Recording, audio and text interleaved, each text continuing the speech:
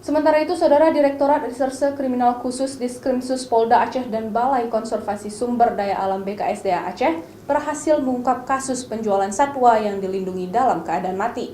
Selain menyita barang bukti, polisi juga berhasil mengamankan 4 pelaku tindak pidana konservasi sumber daya alam hayati dan ekosistemnya tersebut.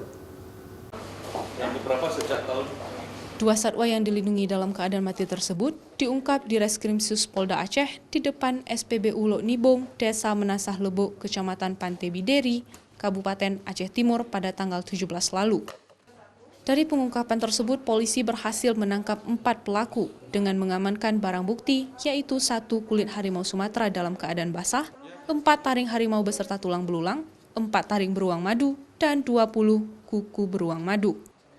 Menurut Direktur Reserse Kriminal Khusus Polda Aceh Kombes Pol Magianta, para pelaku menjerat harimau dan beruang madu hingga mati, yang kemudian seluruh bagian dari satwa yang dilindungi diperjualbelikan dengan harga tinggi kepada pemesannya.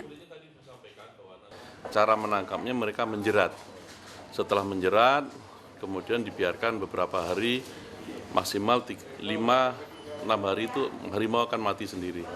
Kemudian dilakukan offset oleh mereka, kemudian disimpan, mencari pembeli. Ya, mereka mencari pembeli sambil disimpan sambil mencari pembeli. Selain itu, tersangka akan dijerat dengan pasal 21 ayat 2 huruf B junto pasal 40 ayat 2 Undang-Undang RI nomor 25 1990 tentang konservasi sumber daya alam hayati dan ekosistemnya, di mana setiap orang dilarang untuk menyimpan, memiliki, memelihara, mengangkut, dan memperniagakan satwa yang dilindungi dalam keadaan mati dengan ancaman penjara paling lama 5 tahun dan denda paling banyak 100 juta rupiah. Mustajab, Kompas TV, Banda Aceh.